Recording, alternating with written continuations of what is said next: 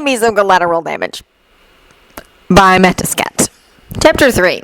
The instant everyone gets back to school and drops off their bags, Ichigo manages to convince Ron and Hermione that he needs to talk to Harry alone. Bodyguard stuff, he says.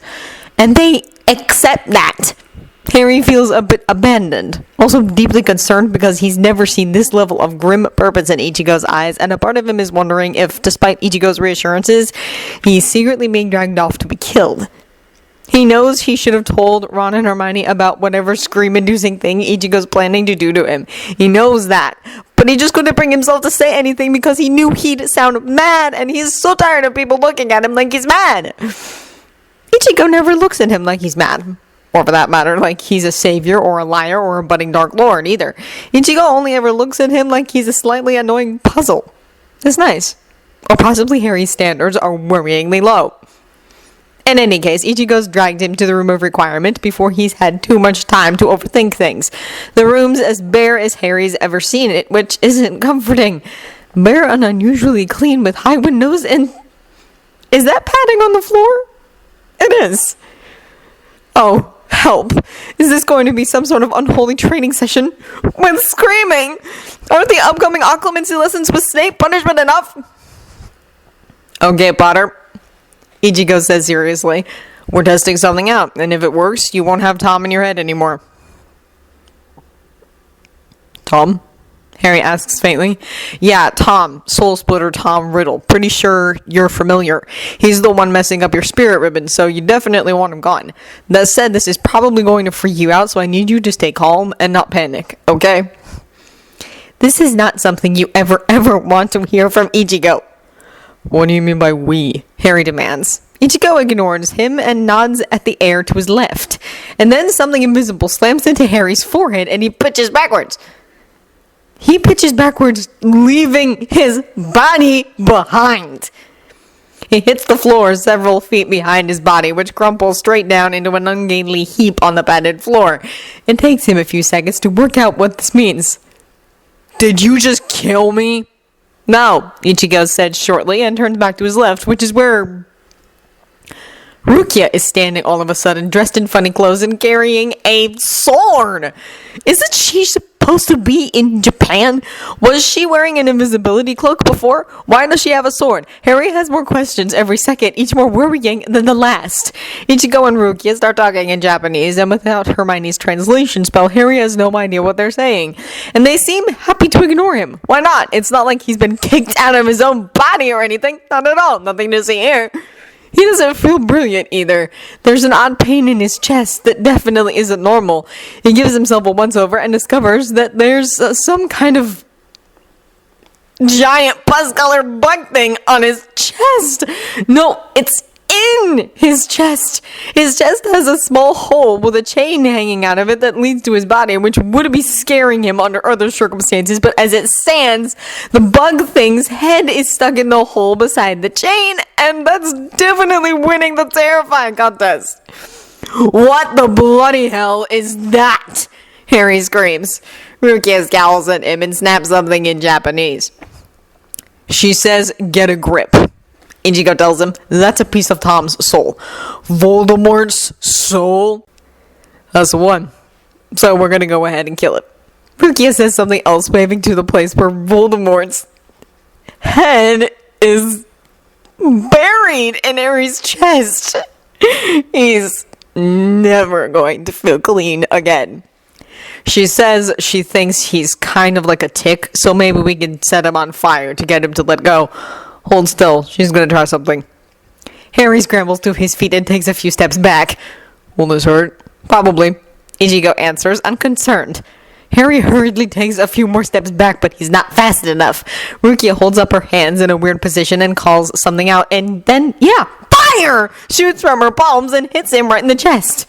It hurts like being mauled by dragons, and Harry screams until he's got no breath left to scream with, aware of nothing but the burning, tearing agony. After what feels like hours, it finally stops, and he finds that he's collapsed on the floor, gasping. That was unpleasantly similar to the Cruciatus. If this is honestly Ichigo trying to help, Harry would hate to see him deliberately causing harm. There, Ichigo says calmly, completely unmoved by Harry's agony. It worked. Harry opens his eyes, dizzy from pain. But the thing isn't in his chest anymore, so that something is crawling frantically around on the ground beside him instead. It looks like a slightly scorched evil beetle the size of a bludger.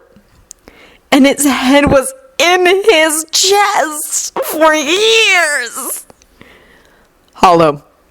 Ichigo turns to Rukia and says something in Japanese. She steps forward and draws her sword with a smirk, then stabs the beetle thing right through the middle. It dissolves into bright sparks and nothing. One more down. Ichigo murmurs contentedly. And, hey, your spirit ribbon's the right color now. See? That wasn't so hard. Was it so hard? Harry howls in a scream-tone voice. I did because of you. You are not dead. Ichigo rolls his eyes. Don't be dramatic. Come over here and get back in your body. You're fine. Shake it off. Shake it off? Rukia asks something and Ichigo answers, and then she gives Harry a distinctly unimpressed look. Harry is fed up with these people and everything to do with them. No, really though. Ichigo says, get back in your body. It's not good for you to hang around outside it too long. How do I do that? How do I get back inside my body? Harry can add this to the long list of questions he can't believe he's been forced to ask. It's easy, Ichigo claims, straightening Harry's body out from its uncomfortable heap so it's lying flat. You just kind of lay down on top of it and you get reabsorbed. It sounds simple enough, or at least it does until Ichigo ruins everything by adding probably, Harry demands in an embarrassingly high-pitched voice. Probably. Ichigo agrees blandly. We'll cross that bridge if we come to it. Let's see if the easy way works. Go on. Since Harry isn't exactly seeing other options here, he tries it. Amazingly, it actually does work. It's painful, which is hardly surprising at this point, but at least he ends up successfully back inside his own body.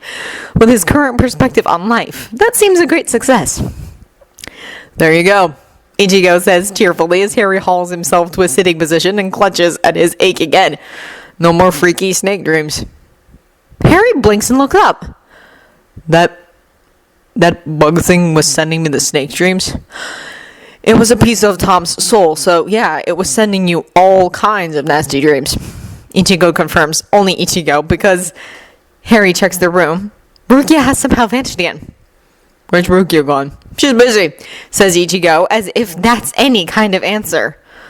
Oh, well, Harry almost asks Ichigo to thank her for him, but then realizes that would mean thanking a person for throwing fire at his chest, and that's not the sort of behavior that wants encouragement. Alright.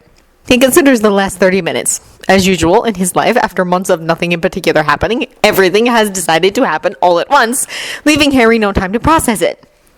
So, I'll never be able to tell what Voldemort's thinking again? That's right. Ichigo agrees. I am. Oh, it's a shame we didn't wait a bit longer then. You mean you wanted that thing to have its head buried in your chest? Ichigo demands, revolted. No, it's just when I had a connection to him, I knew what he was up to. I was like a spy, and there was this room.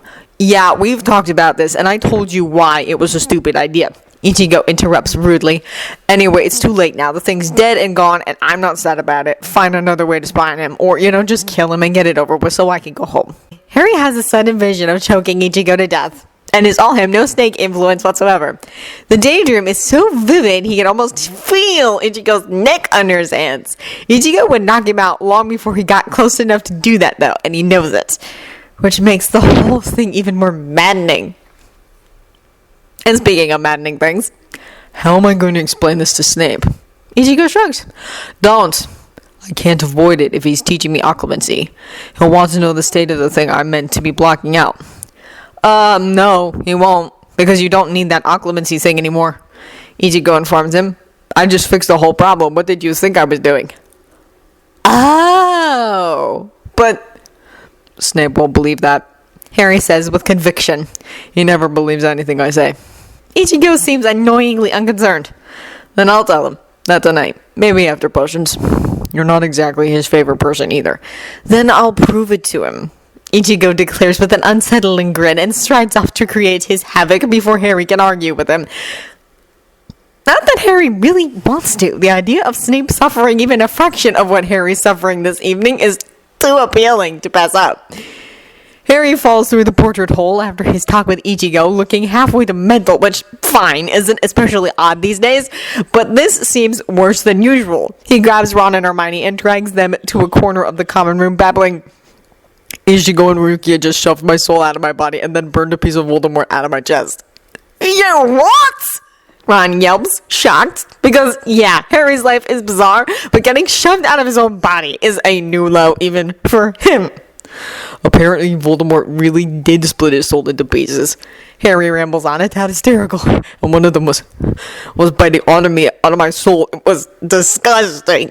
He grimaces and rubs his chest hard, eyes wide. But Rukia set it on fire and it let go, and then she stabbed it, and then Ichigo told me I was fine, and then I should shake it off. Okay, that does sound like Ichigo. Ron can't deny it. What was Rukia even doing at school? He asks, bewildered. I don't know, Harry wails. Right, they're in for nightmares tonight. Ron knows the sides. They shoved you out of your body? Hermione practically shrieks. Yes, Harry answers, not much less shrill than Hermione. It was awful. Awful, right. Ron reckons you could call it that, yeah. But you're fixed now, aren't you? I guess. Harry does not sound particularly sure about that. Then, and even Hermione is looking all stunned now, if Voldemort's gone, then do you still need to learn occlumency? He won't be able to get into your mind anymore, will he? Oh, right, I don't need occlumency anymore. Or at least that's what Ichigo says. Harry mutters resentfully, and Ron thinks he could sound a bit happier about it. Less greasy gate, less you-know-who gnawing on your soul, Ron points out, since nobody else seems to have noticed the bright sides to this.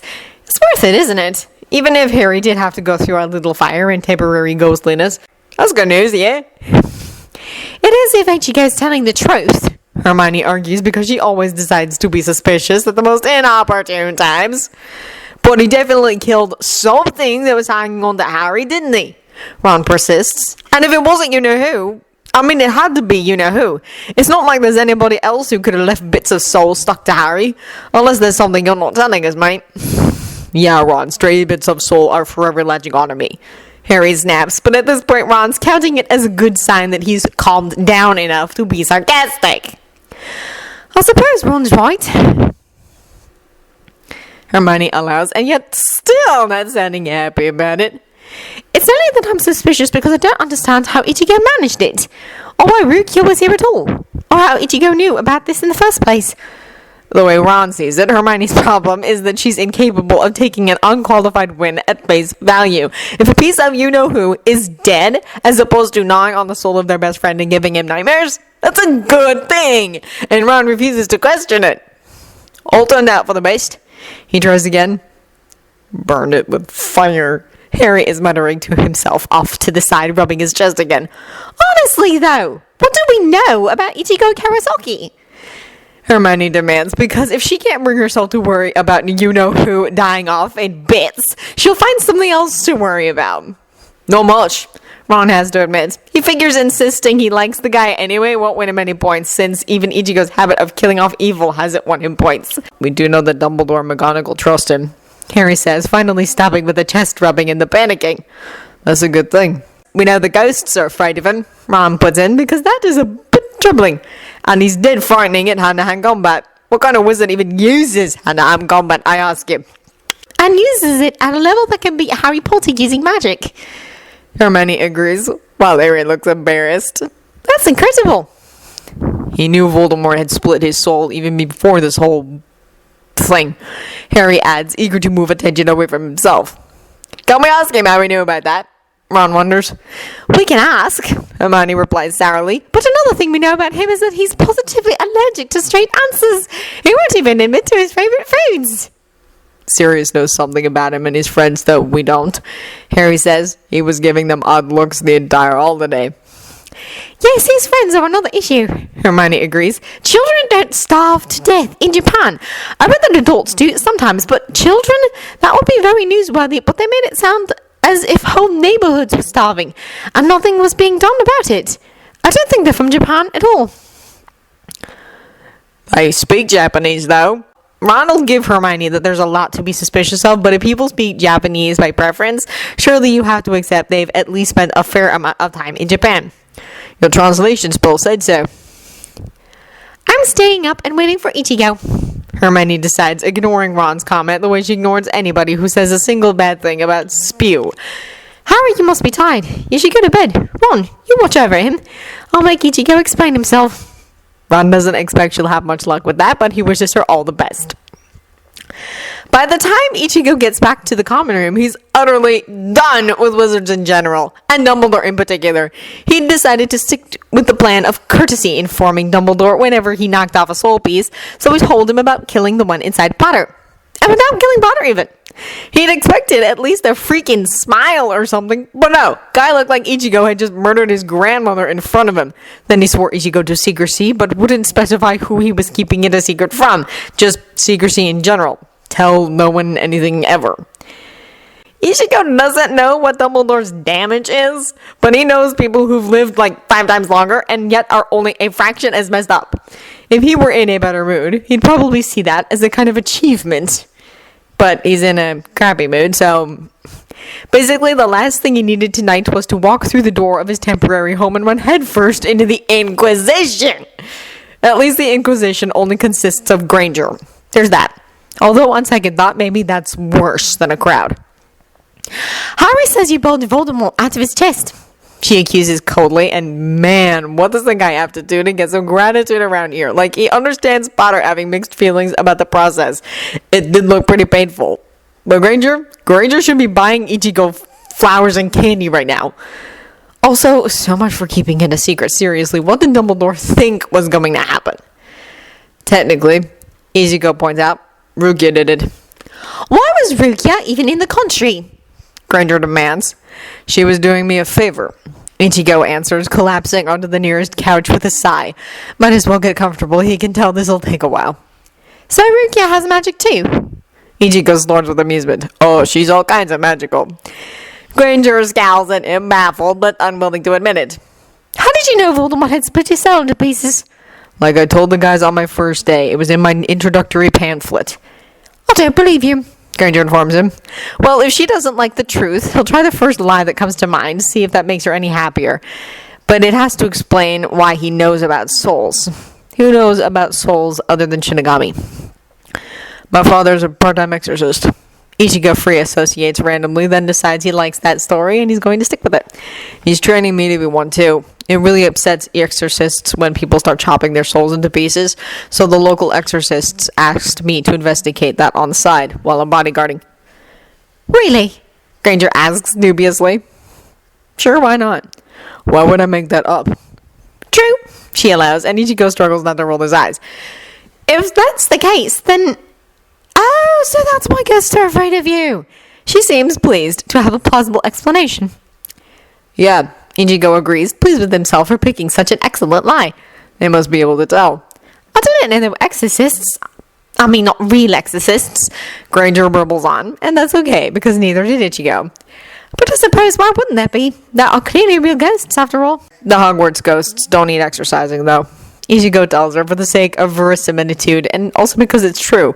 They're amazingly stable. Oh! She narrows her eyes, thinking that through. What happens when ghosts aren't stable? They go on a rampage and try to eat all the souls around them. Ah! Yes, that does sound a bit completely terrible. Oh, so you exorcised Voldemort. And you pushed Harry's soul out of his body? Is that the sort of thing related to exorcism? Right. Ichigo can't think of a way to avoid admitting to shoving souls out of bodies, not with a witness running around. And they can't replace Potter's memories. He needs to remember that Tom's gone. So, does expelling souls seem like a thing exorcists might be able to do? Is that what happened when we found your body in stasis? Granger asks, eyes gleaming with interest. Were you spirit walking? Apparently, it does seem like exorcists could do it. I guess. Wait, does this mean your friends are exorcists too? We're all in the same line of work. Look at all this truth coming out of Ichigo's mouth. It feels weird.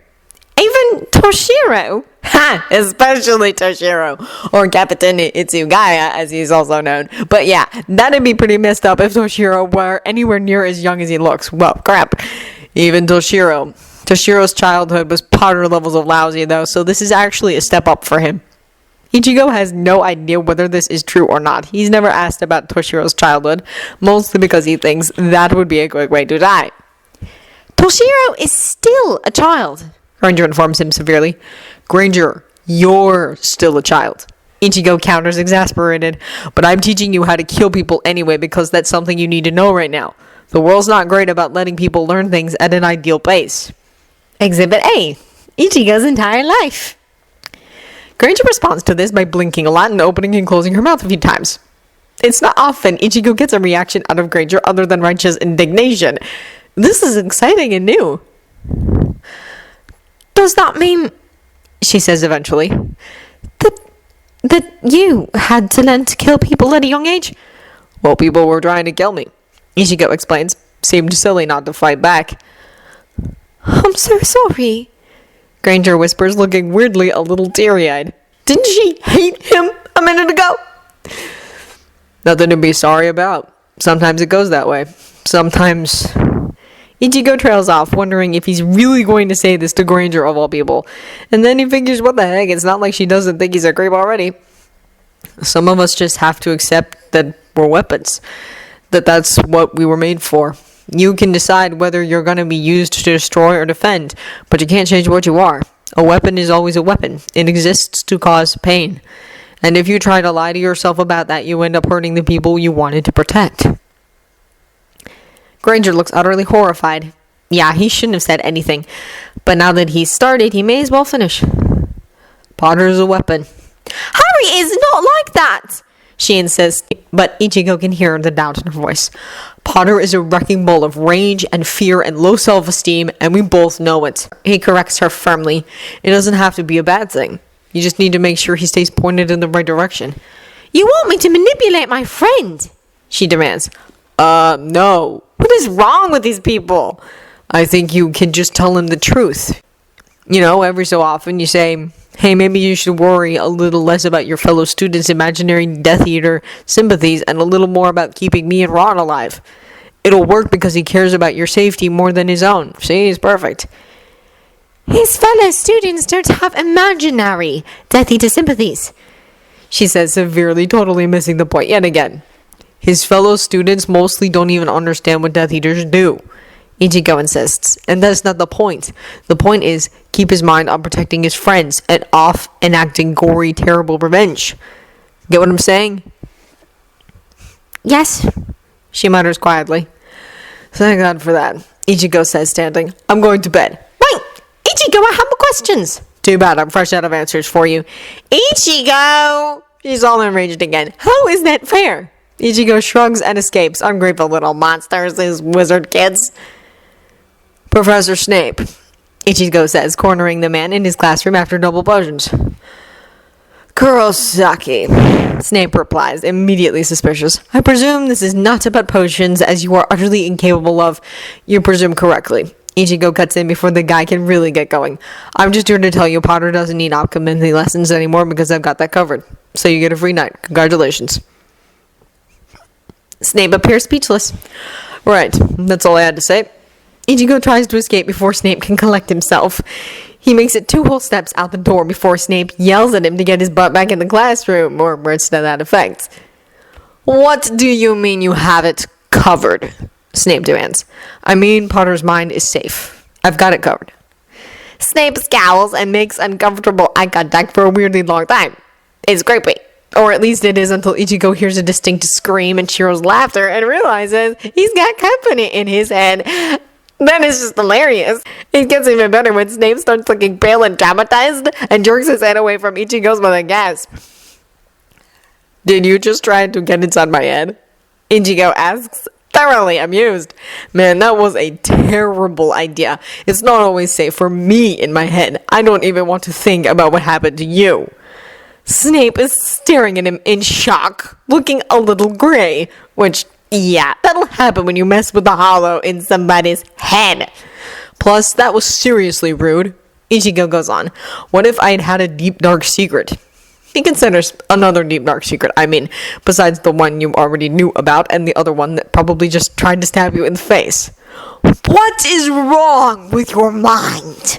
Snape is horrified. So many things. Ichigo informs him, but that's not your business. What is your business is the fact that I clearly know how to get people out of my mind, so it's only fair to conclude I can help Potter do the same thing. You can't make Potter's mind like yours, Snape insists. I've never seen a mind like yours. I've never even heard of such a mental condition. You aren't human, and that is not a human mind. Okay, so that's accurate. Harsh, though. Very harsh. Fine. Ichigo sighs, deciding Dumbledore can screw himself because why should this be secret anyway? I killed the soul piece Potter had attached to him. What do you call them? Horses? Horcruxes. Snape suggests finally. Yeah, that's so. Problem solved. He doesn't need this brain-blocking training because he's got no connection to Tom anymore. Dumbledore said I wasn't supposed to tell anybody, but he's kind of full of shit. Mind your language and show proper respect for the headmaster. 20 points from Gryffindor. Snape snaps. He's just talking on autopilot, though, so Ichigo doesn't hold it against him. Besides, Ichigo's already dragged Gryffindor into negative house points. Now it's just a contest, mostly between Ichigo and the Weasley twins, to see how low they can go. The Hufflepuffs are placing bets! Is that a normal state of mind for a Grim Reaper? Snape asks eventually, looking seriously disturbed. Not exactly. Ichigo admits. Still, I wouldn't mess around with our heads as a rule. Maybe they're not all as blatantly hostile as mine, but, well, some are hostile in a sneakier way, and that's probably worse. Ichigo imagines invading Urahara's mind, and shudders. Tell Potter if he's already fixed the problem he was complaining about, he needn't waste my time. It's impossible to teach the brat anything, in any case. That was the least gracious concession Ichigo's ever heard. He's impressed. I'll tell him. In different words, though, because Ichigo's not in the mood for yelling. Thanks. Snape scowls at him, but Ichigo's pretty sure it's just at the confusion at being thanked. Which is sad when he thinks about it. Ichigo swings by the library and informs Potter and company that occlumency's cancelled, which Potter and Ron greet with great joy, and Granger greets with great suspicion because it's her way. That accomplished, Ichigo goes off to find Longbottom and deliver Rukia's present, because if he doesn't get that done today, Rukia will beat the crap out of him. He's lucky enough to find Longbottom fairly quickly, on the 3rd floor of the castle on his way to the greenhouses. It's a nice thing about Longbottom. If he's not in class, then he's in the greenhouses, the Gryffindor common room, or somewhere between the two. Ichigo appreciates that kind of predictability in a person, even if it does make him easy to ambush. Hey, Longbottom! Ichigo calls down the hall. Longbottom jumps and whirls to stare at him with a haunted expression that Ichigo feels is unjustified. If he were about to test Longbottom's self-defense skills, it wouldn't announce his presence, for God's sake. I hear you met my friend Rukia in the hospital. Yes. Longbottom's expression, though still hunted, is now developing a hint of some other less obvious emotion. Dread, maybe. People have so little faith in Ichigo. It's depressing. Well, she said to give you this. Ichigo holds out the awkwardly wrapped package from Rukia. You'd think that after decades of practice, she'd be better at wrapping things, but no. Still terrible. Present wrapping must fall under the general category of art skills. Oh! Longbottom blinks in apparent shock. Whenever he was expecting it wasn't presents. Can I open it now? Sure, I'm kind of curious about it myself. Longbottom quickly rips open the package, which is the best thing that could have happened to that wrapping job. It's a book on origami. Ichigo doesn't get it. Longbottom does, though, or at least so Ichigo judges from the way he immediately tears up. Are you crying because you like it, or are you crying because it's so awful I need to go beat Rukia up for you? Ichigo asks suspiciously. Longbottom laughs a little, quickly wiping away his tears like he's embarrassed. No, it's perfect. My mom always gives me these. It doesn't matter, just tell Rukia it's perfect. Or, wait, I'll write her a note. If you could Sure, I'll pass it along. And he'll probably end up having to translate it, which is a shame, because he can already tell he doesn't want to know the details. The terrible thing the kids in Rukia saw during the hospital visit must have been Longbottom related. Great. Enjoy it, I guess. Ichigo turns to walk away. Aren't you going to ask what this is about? Longbottom calls after him, quietly curious. Do you want me to? Ichigo counters without turning back. Not really. Then no.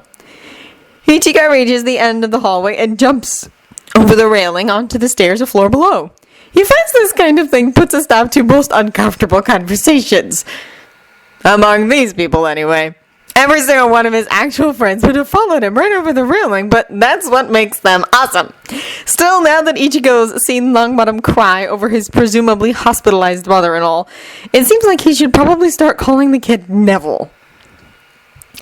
Ichigo expects his day to be quiet post-Neville, what with Potter being, hopefully, safe in his afternoon classes, so he goes up to the dorm to read about wizarding medicine for a while. After all that intense Christmas togetherness plus soul fragment killing, he figures he's earned a one-day break from Potter.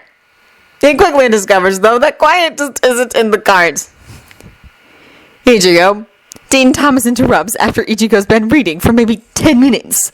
Thomas is lurking uneasily in the doorway, cutting class to do it, which isn't like him and doesn't bode well. Could I talk to you outside for a bit? Sure, Ichigo agrees easily, standing and dropping his book onto his bed. Thomas so rarely asks anything of anyone, it seems like a good idea to go along, even if this is turning into uncomfortable conversation day. Ichigo silently follows him all the way to the observation deck of the astronomy tower. So Thomas likes it up here too. Even if it is freaking cold and uncomfortable at this time of year, it's a good place. Well, that, and it's really hard to successfully eavesdrop out here. They stand in silence for a while, but Ichigo knows better than to interrupt. Thomas is trying to work himself up to say something, and it's best not to sidetrack him. That might kill the conversation altogether. Ichigo knows how it is with the quiet types. It's about Harry, Thomas says eventually. Ichigo figured that might be the case. Okay.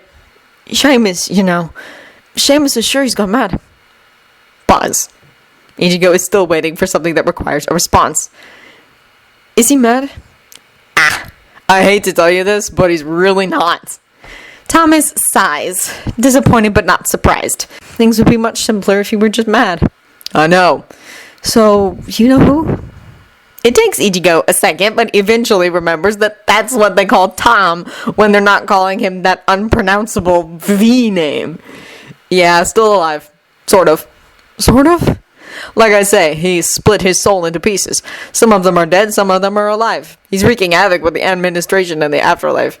Thomas laughs because he thinks that's a joke. Then he stops laughing in favor of fatalism. We're all going to die, aren't we? Sooner or later. It's looking like sooner if you know who's around. Not necessarily, Ichigo argues. I mean, somebody's already killed some of his soul pieces. Nothing to say they can't kill the rest before the guy has time to work his way around to murdering random school kids. Thomas gives a non-committal nod. They're quiet for a while, looking out over the grounds, contemplating life, freezing their butts off. How do you know all this, by the way? Thomas asks eventually. Cautiously. My dad knows people in the business of managing wandering spirits.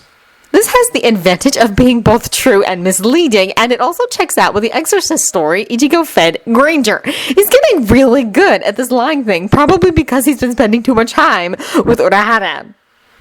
You know the people who've been killing the soul pieces, Thomas demands in a shocked whisper. Yes. Wow. Thomas blinks. Can I meet them? Trust me when I say you don't want to. They're good at their job, but they're also weird, violent, creepy liars. They visited over Christmas, so you can double check with Granger on that. Thomas smiles. Yeah, I think I heard a little about that already. You know some strange people. True, Ichigo admits. Everyone he knows is strange. He's strange himself. He's more or less given up worrying about it. That dream Harry had, Thomas goes on. What was that about? One of the soul fragments was stuck to him, Ichigo explains, because why not? He's second to dismissing most of Dumbledore's orders out of hand anyway. He was dreaming somebody else's reality. You know whose reality? Thomas demands, shocked. He said he was a snake. The snake has another soul fragment stuck to it. So what you're saying is that Harry's not mad, but he is possessed? Not anymore. Ichigo says with some satisfaction. Is one of the soul fragments my friend killed. Potter's free and clear. No more snake dreams. But he was possessed. Thomas seems very hung up on this, and Ichigo isn't sure why. Well, sort of. It's more like his soul and the soul fragment were sharing space in his body. The fragment was dormant until this year when Tom, or you know who, whatever, got a new body. Apparently Potter's nightmares got pretty freaky at that point. Thomas is staring at him in total horror now. Ichigo doesn't get why people are so precious about this kind of thing. Soul merging is creepy. But just sharing, no big deal. Ichigo's been sharing body space with 2 other souls for years. Sort of. Technically, they're parts of his own soul. Whatever. Anyway, it's not like sharing space is all that unusual, and in a school where ghosts chill in the hallways, you'd think people would learn to relax about it. I'm sorry I asked, Thomas says at last. People generally are. Ichigo tells him. Silence. Is his name really Tom? Tom Riddle. Ichigo confirms. It's really bothering me, to be honest. What kind of evil overlord is named Tom? Thomas laughs again, but it seems like he'd prefer to be crying. Ichigo comes down to breakfast the next morning just in time to learn there's been a mass breakout from Wizard Prison. He's delighted to hear this because it might mean his life is finally getting less boring. Then it occurs to him that he's a total failure of a bodyguard. These people, he asks, how likely are they to try to kill Potter? Very likely, mate. Ron answers wearily, pushing the nearest food dish toward Ichigo in apparent sympathy. Almost bound to happen, really. That's not the problem, though, says Potter, whose priorities have always been strange. The problem is that the Minister of Magic still doesn't believe Voldemort is back. That's politicians for you. Ichigo shrugs and reaches for the pumpkin juice, which he's starting to think he'll miss when he gets home. Cheer up, though. Maybe someday Tom will kill the minister, and it'll be like he actually died of irony. Tell me that won't make you smile. Maybe it'll make Potter smile in the future, but not at the moment. At the moment, he's giving Ichigo an appalled look. Whatever, the twins would have thought it was funny. Fortunately, Susan Bones, one of the many Hufflepuffs who never say die, chooses this moment to walk over and interrupt the awkward silence. Harry, Ichigo, she says, I had a question about practice. Okay. Ichigo replies while Potter eyes her suspiciously. Ichigo's intrigued. While it's true that Bones never says die, this is still the first time she's willingly talked to him outside the room of requirement. Could we do more practice? This puzzles Ichigo for a second, but then he glances at Granger's newspaper and notes that a lot of the Bones family are prominently listed as victims of the escapees. Suddenly, it all makes sense. Sure, we can go doubles if you want. Go for a run at 5, head to the room at 6, train until 7, go to breakfast. Then meet up in the evening every day, or at least every other day. Have Potter teach you to maim people with magic for a couple of hours. How does that sound?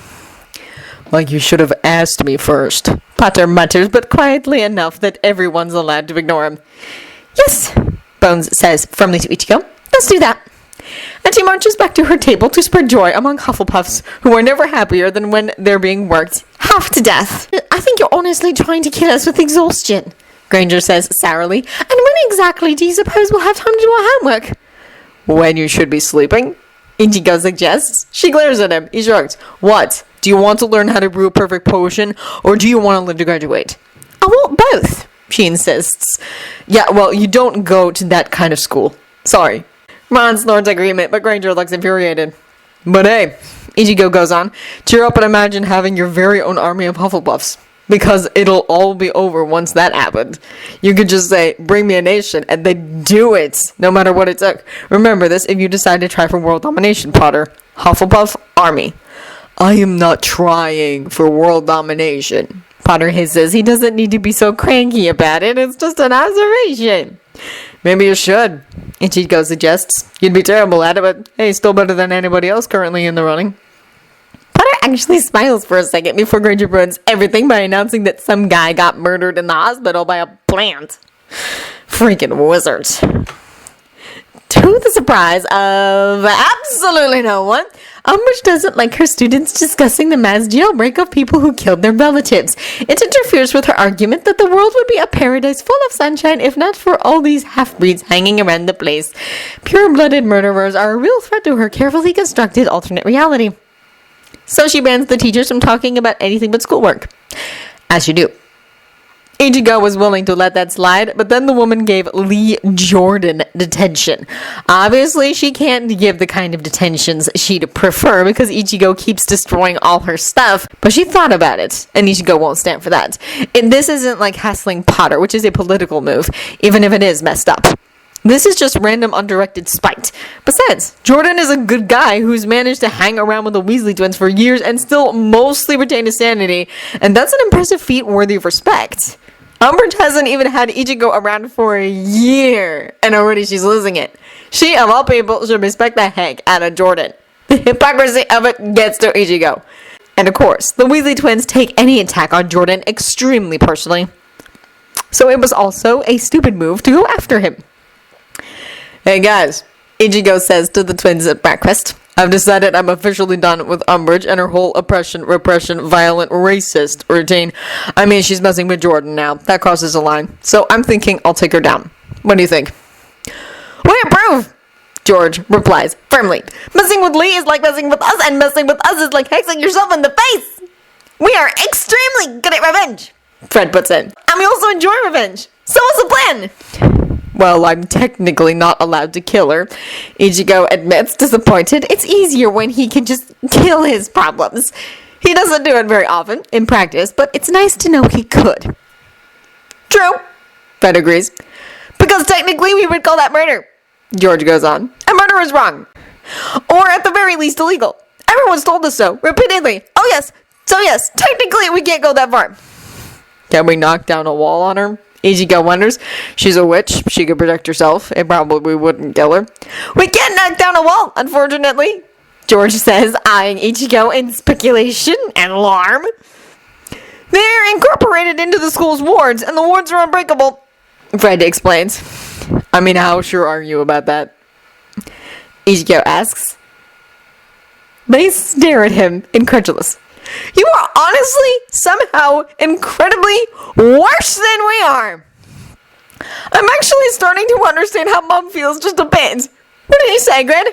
A wood forge, and it's uncomfortable, and I'm happy about it. I mean, there's reckless, and then there's demented, suicidal, homicidal. All right. Ichigo cuts in impatiently since they seem willing to go on all day.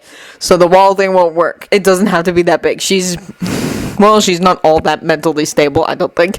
We could probably just push her mentally until she snaps, right?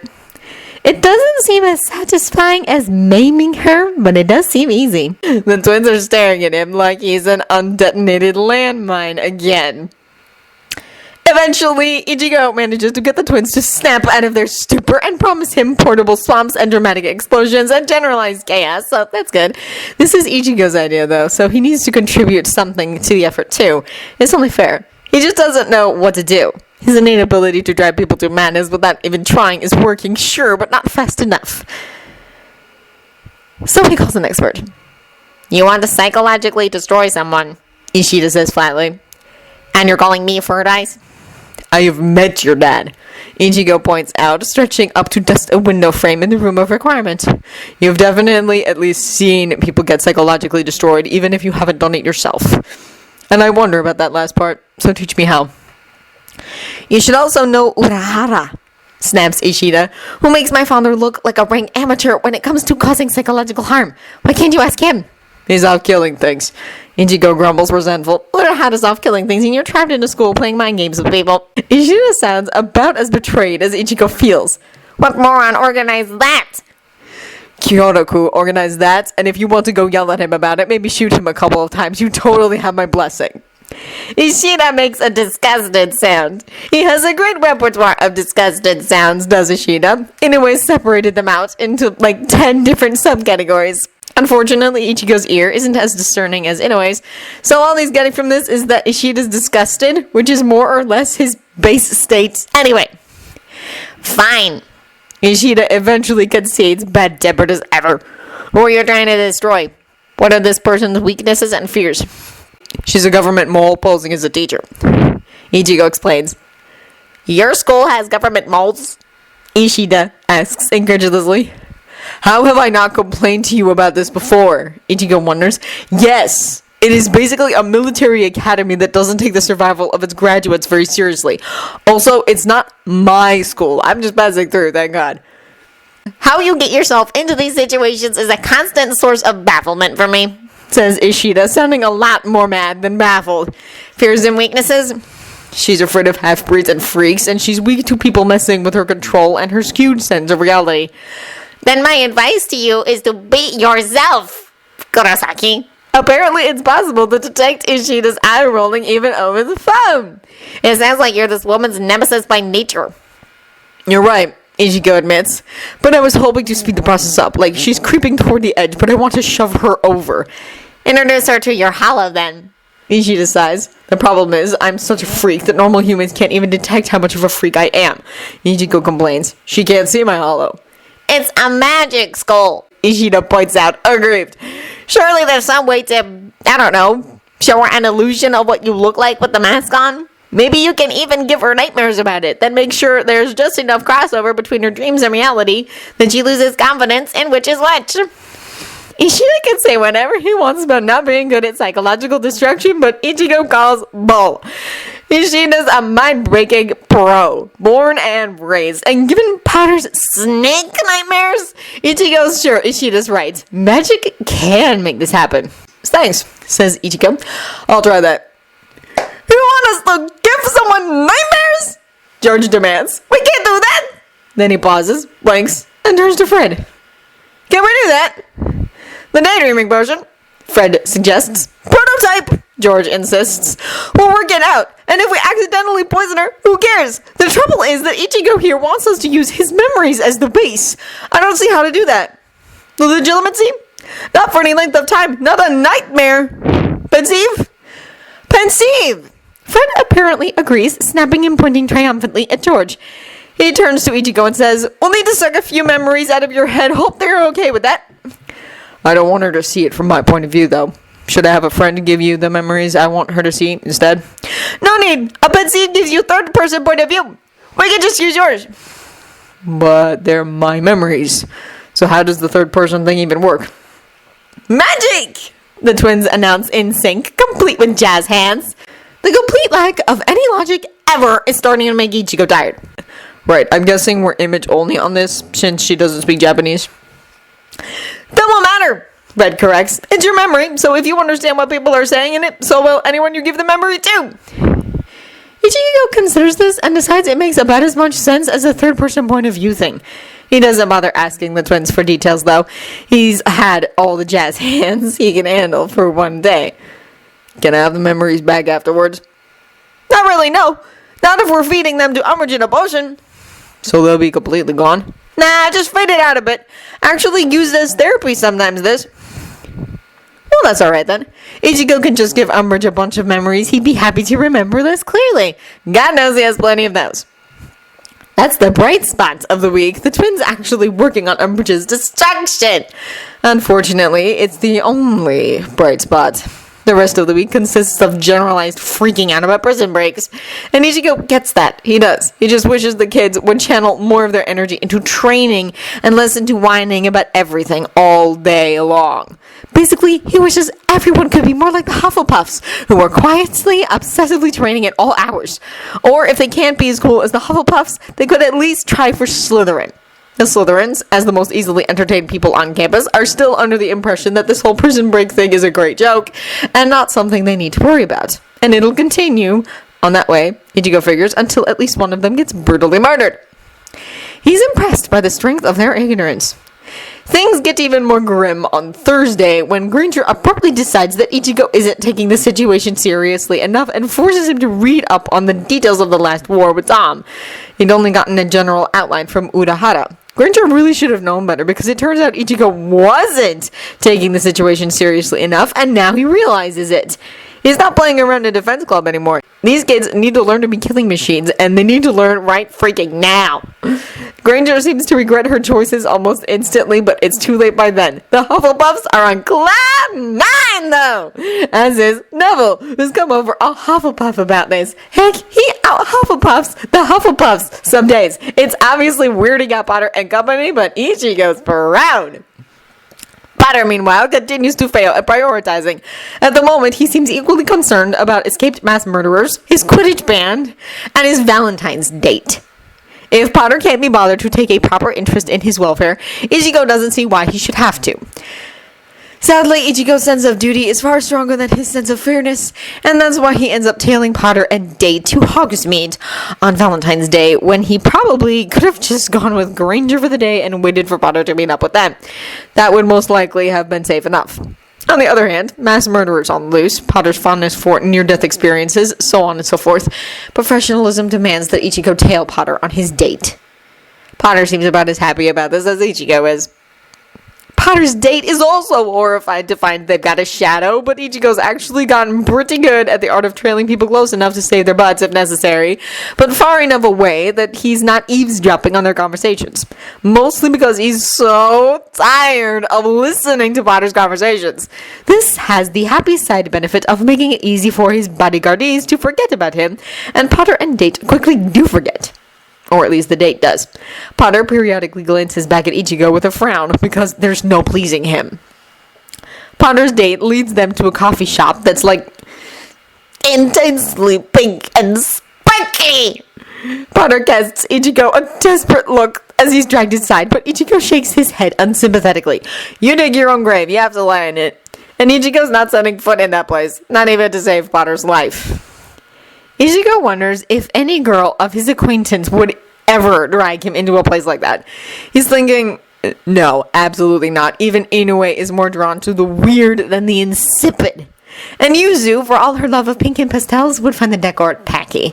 She and Yumichika would probably join forces to burn the place to the ground for insulting their aesthetic sensibilities. Actually, well, Tatsuki might drag him into a place like that just to mess with him. Yeah, you can see that happening. Real men can handle pink, Ichigo, she declared loudly to the entire room. What is your masculinity so fragile that you can't deal with a few bows on the furniture? And then Inoue would chime in with something like, she's right, Kurosaki-kun. Don't let society dictate to you how to be a man. We all know you're a strong person, even if you do like pink. And next thing you knew, they'd have gotten Yuzu and Ishida in on it, and his entire wardrobe would turn pink and lacy overnight, and his life would be ruined. And Karin and Rukia and Reggie would never stop laughing at him. He leans against the wall of the horrible coffee shop and smiles at the vision of this while also praying it never comes to pass.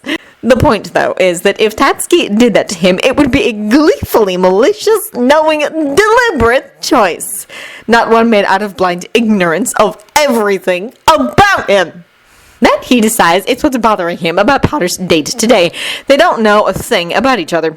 Ichigo would never date someone he didn't know anything about because that's how people wind up dead in gutters. He knows this because he collects horror stories to warm his sisters with. Also, he's seen Audition. It starts raining right then, as if the weather agrees with him. He is now standing in the rain waiting on Potter's poorly managed love life. This is the worst job he's ever had, and he worked at Unagiya for months. Happily, it only takes a few more minutes for the Date to come tearing out of the coffee shop in tears. Say one thing for her, she's reliable. Similarly to last time too, Potter staggers out of the building after her, looking like he's been repeatedly slapped in the face with a fish. He checks up and down the street, but his ex-Date is extremely quick, and she's long gone. Potter turns to stare blankly at Ichigo. That girl seems to spend a lot of time running away from you, crying. Ichigo observes, maybe you want to consider a new approach. Like, say, dating somebody who doesn't cry at the sight of your face. I am going to hex your face until you cry. Potter informs him, going from bewilderment to fury with lightning speed. If it'll cheer you up, you could try. Ichigo allows graciously. Bless Potter's heart, he does try. He doesn't succeed, obviously, because it'll be a cold day in hell when Ichigo loses a fight to a human, but Potter's dedication to the cause is impressive. It's basically therapy anyway. Potter's such a wacky little ball of rage. A decent fight now and then can only help him, and everyone who's forced to interact with him, too. Bottom line is, by the time they roll up, slightly late to the Three Broomsticks to meet Granger, they're both in a decent mood, bruised, scratched up, soaking wet, and covered in mud, but in a decent mood. Luckily, Granger's still there, even though they're late, sitting at a table with Luna and some strange lady. Luna's the only one who notices them come in, though, so Ichigo nods to her, and she nods back, which gets Granger's attention. Honestly! Granger snaps as soon as she catches sight of them. She marches over and casts a bunch of cleaning spells. That's handy. The two of you! I'm Harry! Weren't you meant to be out with Cho? Cho? Asks the strange lady, twisting around and staring with slightly frightening intensity, clutching at her bag like it might escape. A girl? That is a disturbing level of interest you have in Potter's love life, Ichigo remarks. Yes! Granger agrees severely, possibly the first time she's ever agreed with Ichigo. It is quite disturbing and also none of your business, so don't even think about it. The woman puts down her bag, looking furious. Who is she? Ichigo asks Luna, who's ironically the one most likely to give him a straight answer. She's a reporter Hermione's blackmailed into doing her bidding, Luna explains. Luna! Granger gasps. Luna blinks at her innocently, and Ichigo nods to himself. Always good to know you've asked exactly the right person. Wow, Granger, I'd say I didn't know you had it in you, but actually, I did. No one asked for your opinion, Granger declares. And who are you? Asks the reporter, leaning forward, apparently just as willing to be gratefully interested in Ichigo as she was in Potter's sad love life. He's Ichigo, my bodyguard. Potter sighs. The reporter gives a sharp, mean little laugh. You hired a bodyguard? No, Potter snarls. A bodyguard happened to me. He's bodyguarding me against my will. He pauses. Against his will, too. Is that sympathy from Potter? Damn, he's growing as a person. Right. You're acting as Harry Potter's bodyguard against your will. The reporter looks like her birthday just came early. My theory is that my boss lost a bet and put me up for Collateral. Ichigo informs her.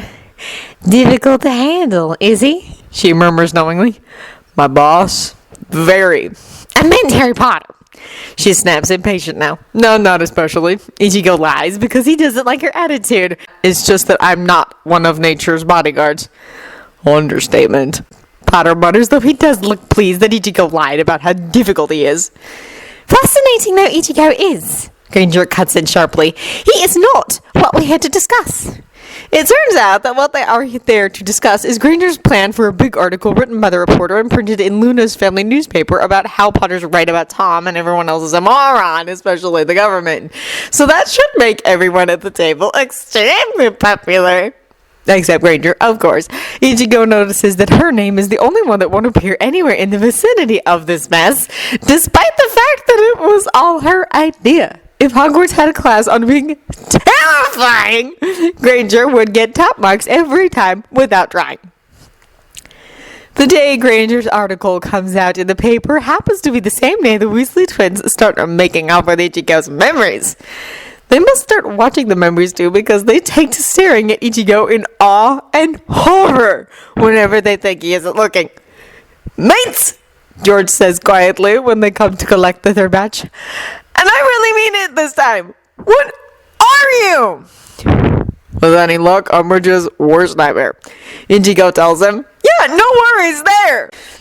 Fat mutters, removing Ichigo's memory of his last fight with Ulquiorra in a thin silvery strand. It's funny.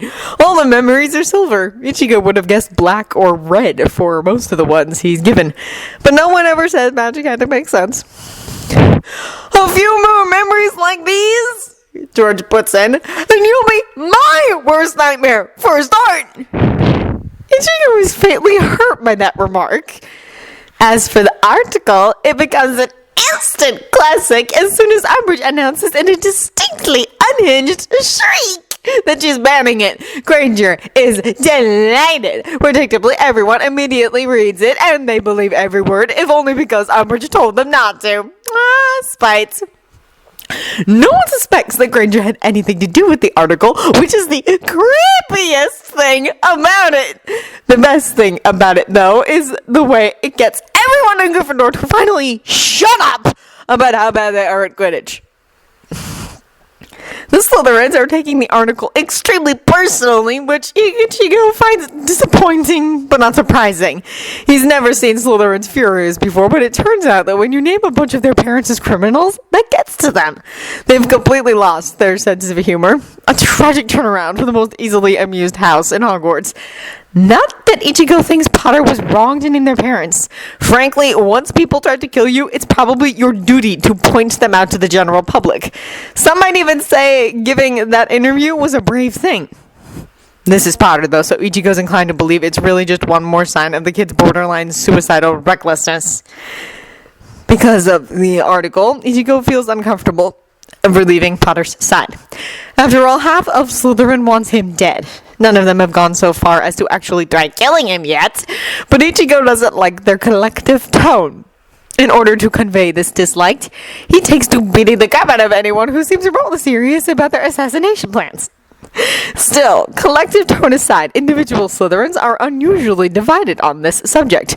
The ones whose parents weren't denounced are pretty apathetic about the whole thing. They're just going through the motions for the sake of house solidarity. And even among Slytherins whose parents weren't announced, there's a range of reactions. On one end of the spectrum is Not, who's taking it all disturbingly philosophically.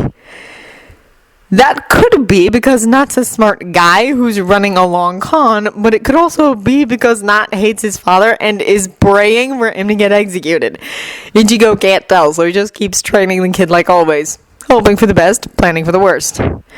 On the other end of the spectrum is that big kid who hangs out with Malfoy and is possibly actually named Crab, who's gone quiet and still and cold in a way Ichigo associates with people who are about to seriously lose their crap. So he's keeping a close eye on that situation. And then there's Malfoy himself, somewhere in the middle of the pack, but loudest of them all. He'd obviously love to think of himself as a bold assassin, but really is just a mess. Ichigo would feel perfectly comfortable leaving him and Potter alone together, even in a room full of knives. I'll kill Potter for what he's done to my father, Malfoy declares boldly and abrupts of nothing, confronting Ichigo on his way back from the Great Hall. Ichigo usually makes it to breakfast and back before Potter even wakes up. And if I have to go through you to do that, I will. At least the kid's got self-confidence. Or maybe that's a bad thing. People always seem to think Ichigo's self-confidence is a bad thing. Will you? Ichigo asks, curious about Malfoy's level of self-delusion. Because you haven't been doing too well with that so far. Malfoy hisses, enraged, and promptly attacks Ichigo. This is progress. Sure, Ichigo hasn't gotten him to stop talking crap altogether, but at least now he fights while he's talking. Keeps it from being a totally boring experience. Kinda proving my point, Ichigo observes as he dodges various colored lights before knocking Malfoy's feet out from under him and dumping him on the ground. The angrier Malfoy is, the funnier he is. And indeed, Malfoy temporarily abandons strategy and even magic in favor of leaping back to his feet, hurling himself forward, and trying to physically bash Ichigo's face in. You don't know anything, he screams breathlessly. You're nobody. Your family is nothing. I'm a Malfoy. You can't stand against someone like me. Technically, Ichigo comes from nobility on his dad's side and borderline aristocracy on his mom's, but this doesn't seem like the time to mention it. So instead he says, and yet here I am, kicking your butt. Malfoy howls incoherently and earnestly tries to hurl Ichigo over a stair railing, with no success obviously, but he gets points for effort. I'm just trying to help you out in life, Malfoy. Ichigo insists, evading an ineptly thrown punch and returning a more effective one of his own. Because underestimating anyone who's not a pureblood is gonna come back to bite you, I guarantee it. What would you know? You're a mudblood! Malfoy shouts, terrified and enraged with it. Yeah, people call me all kinds of things. Ichigo smells unpleasantly. Mudblood, hybrid, freak, monster. You know why they call me all that? Malfoy scowls and sends a red light at him. wordlessly. He really is improving. But not enough, because Ichigo still manages to slide around him and twist his arm up behind his back until he yelps and drops his wand. And Ichigo leans in and says very softly, "Because they're terrified of me." Then he shoves Malfoy away and leaves so the kid can think about that for a while. It's time to catch up with Potter anyway. Just because Ichigo left him asleep doesn't mean the little maniac hasn't wandered off and found trouble by now. Harry is running down to the Great Hall for breakfast, having successfully used the Marauders map to avoid Ichigo and Ichigo's enthusiasm for spontaneous training sessions.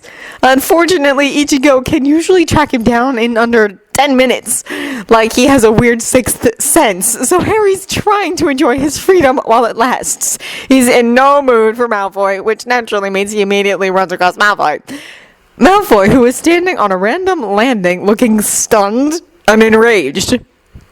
This is the look of a person who's just had a close encounter with Ichigo Kurosaki, and Harry has enough sympathy for that he's willing to pass by without comment.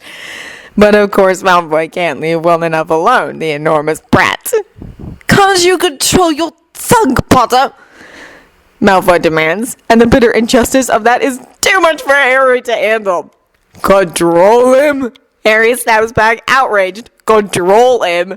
No, Malfoy, no. No, we can control Ichigo because Ichigo is a madman. He attacked you, didn't he? Well, don't come crying to me about it because you don't have to live with him. What, do you think we're spared, do you? We're the closest people to him. He attacks us all day long. And it's not just Slytherins and Gryffindors who get attacked either. He told me he likes Ravenclaws because they have a killer instinct. And yesterday he jumped over the railing onto a staircase full of Hufflepuff first years, and when Hermione yelled at him about it, he said he was teaching them situational awareness." Harry stops, breathing hard. Apparently, he's been needing to get that off his chest for a while. And speaking of his chest, he hasn't even told Malfoy about getting Voldemort burned out of it abruptly and with no explanation, because that would be awkward. But there's that as well. Malfoy is staring with his mouth open. This may be the first time Harry has ever caught him completely off guard. On the bright side, Harry grates out grudgingly, "I suppose it's nice that he has no house bias at all." Malfoy briefly looks like he wants to laugh, but quickly gets himself under control and scowls instead.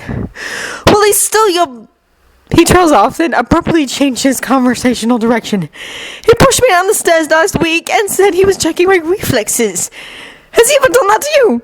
"Twice a day." Harry confirms. "We live in a tower. It's getting to the point where we're all terrified of coming down to breakfast." "I thought he was meant to be your bodyguard," Malfoy says indignantly, possibly irritated with the quality of his spy network. "This is not bodyguard behavior." "Yes, he is meant to be my bodyguard." Harry agrees sourly, allowing his need to complain about Ichigo to override his need to keep secrets from Death Eater's children. "So he seems to think it's his job to make me stronger or kill me dry. And you lot, you're on the other side, aren't you?" He realizes he sounds a bit desperate, and he is actually counting on Malfoy to be the voice of reason here. He's never been this low before, he's sure. "We're enemies, aren't we?" "Obviously," Malfoy confirms with a sneer that seems worryingly like an afterthought. "After you went running to the papers with your horrible, cowardly lies about my father, what else could we be?" Harry decides, for once, to let that go in favor of continuing his more pressing rounds. "Well, Ichigo told me he's training you two, because if it comes to a fight, I'll want opponents who aren't boring." Malfoy stares at him, looking more or less exactly the way Harry felt when he first heard Ichigo say that. "He's mad," Malfoy giggles eventually. "Utterly howling mad." "That's what Ron said." Harry agrees. "Of course he'd be salted into Gryffindor." "Jump off a bridge, Malfoy." "As your enemy, I'm feeling a bit obsolete," Malfoy says thoughtfully, ignoring Harry. "I mean to say, with friends like that." "Exactly," Harry sighs. "But at least he's not doing anything actually deadly or illegal to much, which is more than I can say for... Well, he hates Umbridge, you know. She offends him somehow, and if he's doing all this to us and he likes us, what would he do to someone he hates?" Malfoy finishes, looking equal parts horrified and intrigued. "Slytherins!" "She's a walking dead woman, and she doesn't know it," Harry confirms. "And the Slytherin thing to do here, it seems to me, would be to side with someone else. Really, anyone else. Malfoy breaks off, blinking. For once in your life, Potter, you may not be wrong. I still hate you, Harry puts in quickly, needing to clarify that. Oh, I still plan to laugh over your corpse. Malfoy agrees brightly. I'm only saying, you may not be wrong, this one time. They nod to each other in relieved confirmation of their continuing mutual hatred and head off about their business. Still, that whole encounter felt strange, and it's making Harry unhappy. No matter how he looks at it, that was a fairly civil conversation. Ichigo's driven him so far into bed that he is actually having civil conversations with Malfoy. Maybe the Daily Prophet is right about him. After all, he has gone mad. They just have their timeline a bit wrong. Also, the whole thing about Voldemort not being back. They're dead wrong about that. Stop! Wait! Rukia tries to sound stern and not at all like she's struggling not to laugh.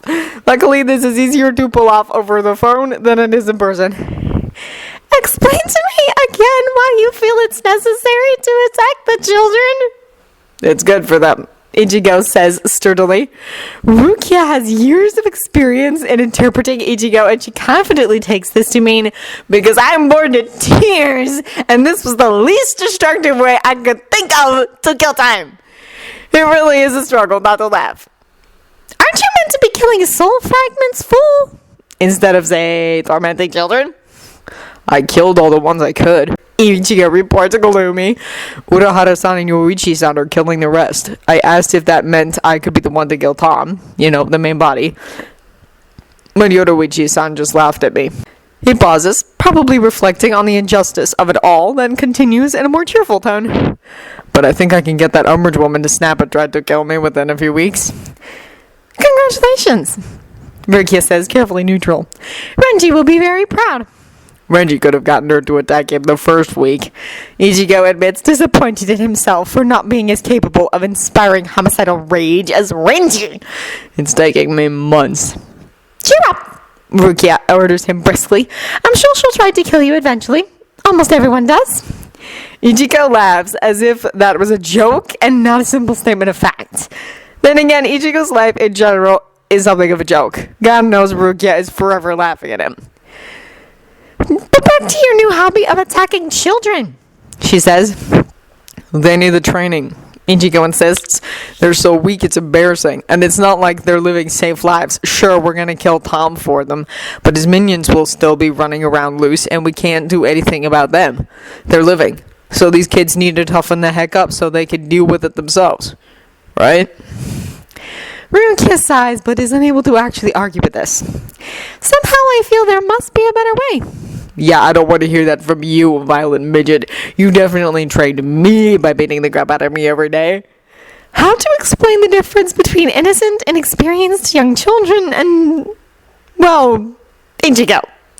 Rukia can't think of a way that Ichigo would understand. He's under the impression that everyone is basically like him, and unfortunately, or fortunately, he's managed to surround himself with friends who support that delusion. Never mind, fool, she sighs, resigned. Did you give Longbottom his present, or were you too busy beating him up for that? Yeah, I gave him his present, and he cried. I think it was because of your bad rapping job. There is nothing wrong with my present rapping skills, she shouts. She doesn't know what the heck is wrong with Ichigo's taste, but he never appreciates any of her arts and crafts work, and she works hard at those things. He's so ungrateful.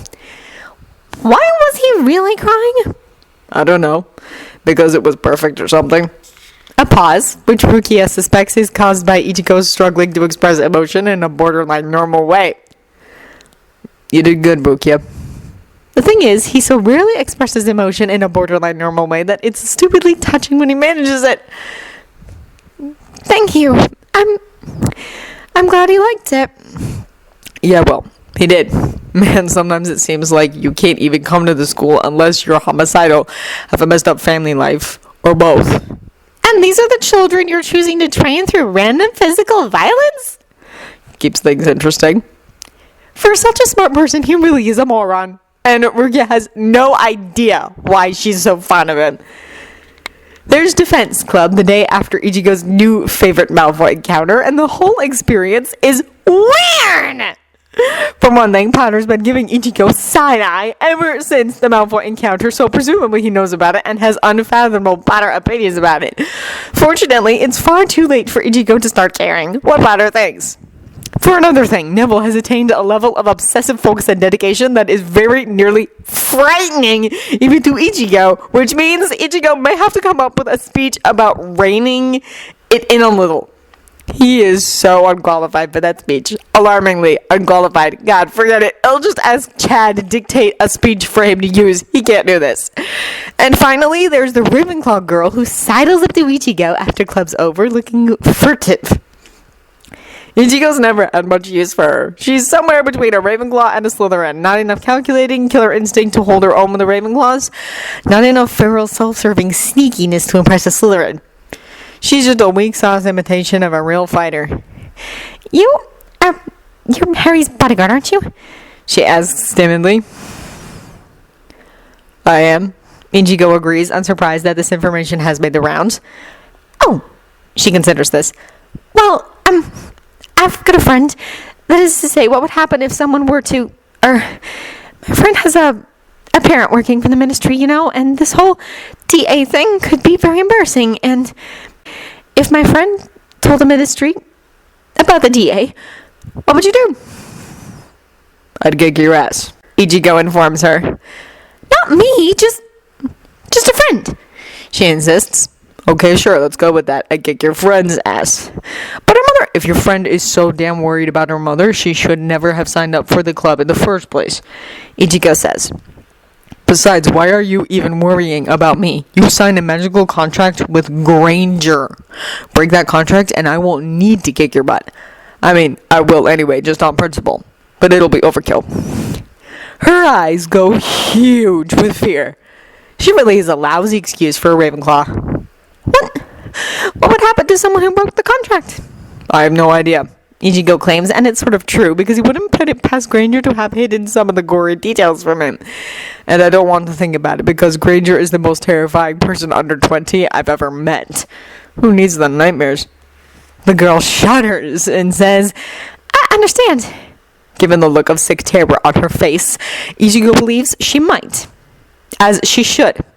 They were all there the day Finnegan insulted Granger's hair in the middle of a duel, and she set him on fire. It's not the kind of thing you forget. Granger gets Ichigo's vote for most likely future Dark Lord. Ichigo does briefly wonder why the Ravenclaw girl chose to talk to him instead of Granger or Potter or Ron. But then it dawns on him. He's the most approachable.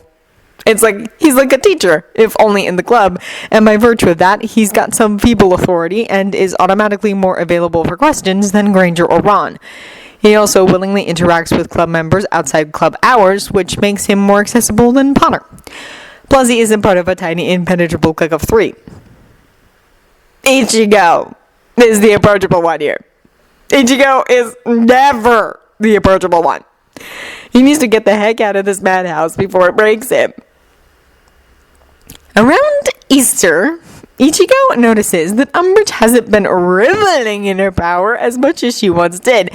In fact, she's more jumping at small noises and screaming with incoherent rage anytime anyone disagrees with her. She's losing whatever street cred she once had, and even the Slytherins are drifting slowly but purposefully away from her, pretending, in fact, that they'd never had anything to do with her in the first place. Like cats. It's hilarious. It's not helping Umbridge's stability that the Grey Lady has taken to silently following her around everywhere for no apparent reason. Ichigo called in his favor. And then, of course, there are the Weasley twins, who consistently go above and beyond, having an apparently unlimited supply of stink bombs, smoke bombs, and slime bombs, and are generally awesome. Meanwhile, Mrs. Weasley sent Ichigo a chocolate egg for Easter. He has no idea what he's supposed to say back, but still, the Weasleys in general are high on Ichigo's list of okay people right now. The kids, on the other hand, are busy freaking the heck out as usual. But escaped murderers are so less weak, apparently.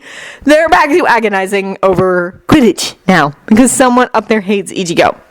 Okay, a lot of people up there hate Ichigo. Aside from Quidditch, exams are in a month and change, which is driving Granger, at least, into hysterics. Then, too, they're being asked to choose careers for themselves. Given that Ichigo wouldn't trust these kids to choose his sacks for him, he gets why they're panicking about that last one. And on top of all that, they're fretting over Potter's sad, drunk godfather, who has apparently shaped up a little since Ichigo last saw him. Or at least, so Miss Weasley's most recent letter makes it seem. How could he be so irresponsible? Granger whispers loudly because they're still in the Great Hall where Ron got his letter. Where will they all move now? I can't believe he somehow managed to burn down Grimmauld Place of all the ridiculous... Ichigo really does try not to laugh, but his sneaker escapes despite his best efforts. And that's terrible because it brings Granger's attention to him with laser-like intensity. What did you do? She hisses. Nothing. Ichigo says, then decides that's too much of a lie even for him. I just pointed out that if he got bored, he could work off some steam by setting things on fire.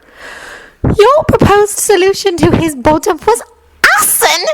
Granger demands incredulously. Is it still arson when it's your own house? Ichigo asks. Yes, Granger assures him. Yes, it most certainly is. Ichigo shrugs. Still doesn't count. He decides arson has to be deliberate, right? And this was an accident. Well, sort of an accident. He's fairly sure no one can prove otherwise in any case.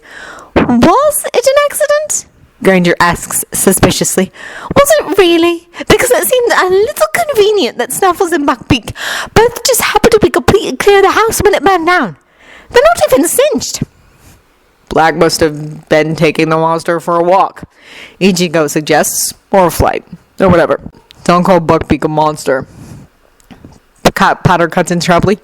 Why not? Ichigo wonders. Some of my best friends are monsters. Some of your best friends are monsters. Don't be so down on monsters, Potter. We're the most badass people around. We? Granger repeats after a long pause. Ichigo frowns at her. What, did you think I was normal? Everyone stares at him.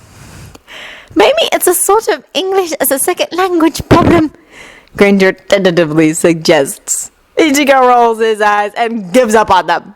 Though the twins, he's amused to note, are studiously focused on their meals and not making eye contact with anyone. They get him. When the time seems right, the Weasley twins take to periodically casting a Blinkidimus illusion spell on Ichigo's eyes that turn them black and yellow, like his hollow eyes. At this point, Umbridge's sanity takes an abrupt dive from rapidly declining to basically non-existent. In fact, by the time she decides to sit in on the 5th year's career consultations, she's being widely described as raving. The career consultations quickly become legend. Sadly, Ichigo doesn't get to experience the wonder firsthand since Umbridge doesn't come to his. Apparently, she's afraid to be in enclosed spaces with him these days. So, for his consultation, he and McGonagall basically just hang out and chat about his plans to go into medicine and about the differences between regular medicine and magic medicine. Ichigo explains in detail to McGonagall how truly deeply messed up magical medicine is, and she laughs at his pain. It's fun. Nobody else has fun, though, because Umbridge goes to all their meetings. Rumor has it that she legitimately freaks out on most of the Gryffindors, maybe half the Hufflepuffs and Ravenclaws, and even a few Slytherins. Potter reports that she got about 5 minutes into his meeting before diving out of her chair, grabbing his cheeks, and screaming about Sirius Black until McGonagall pried her off and kicked her out of the room. Potter then demands to know what Ichigo's laughing about, and Ichigo feels it is not yet time to explain. The Umbridge situation has gotten dire enough and parents weirded out enough that the minister actually calls Dumbledore in for a talk about it. When you have to call in the subject of your spying to tell you how your spy is doing mentally, yeah, you've got a problem. The minister's pain is Ichigo's gain, though. Dumbledore's the closest thing to a real adult in this whole castle, which says so much about the place. So with him out of the picture, it's basically a free-for-all, and Ichigo plans to take a ruthless advantage of that. I need you to sabotage the entire school day, Ichigo tells the Weasley twins as soon as Dumbledore exits the building. Seriously, everything short of death. Unless it's Umbridge, I don't care if she dies.